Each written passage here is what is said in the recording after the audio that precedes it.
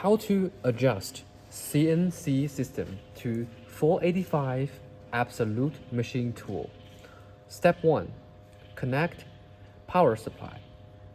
2. Check comprehensive parameter 194. Parameter 184 to see whether to set absolute encoder to each axis. Step 3. Check comprehensive parameter 187.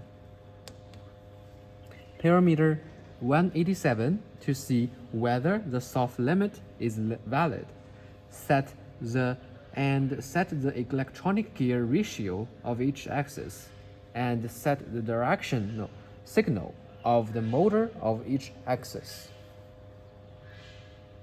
Step 4.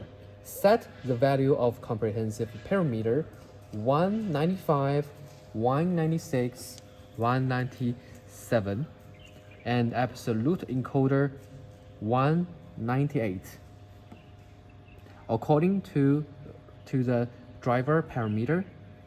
In our cases, parameter 195 equals 92, parameter 196 equals 91, parameter 197 equals 90.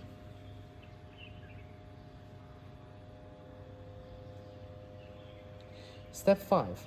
Set the driver parameters 1 to 6 corresponding to X, Y, Z, A, B, C axis.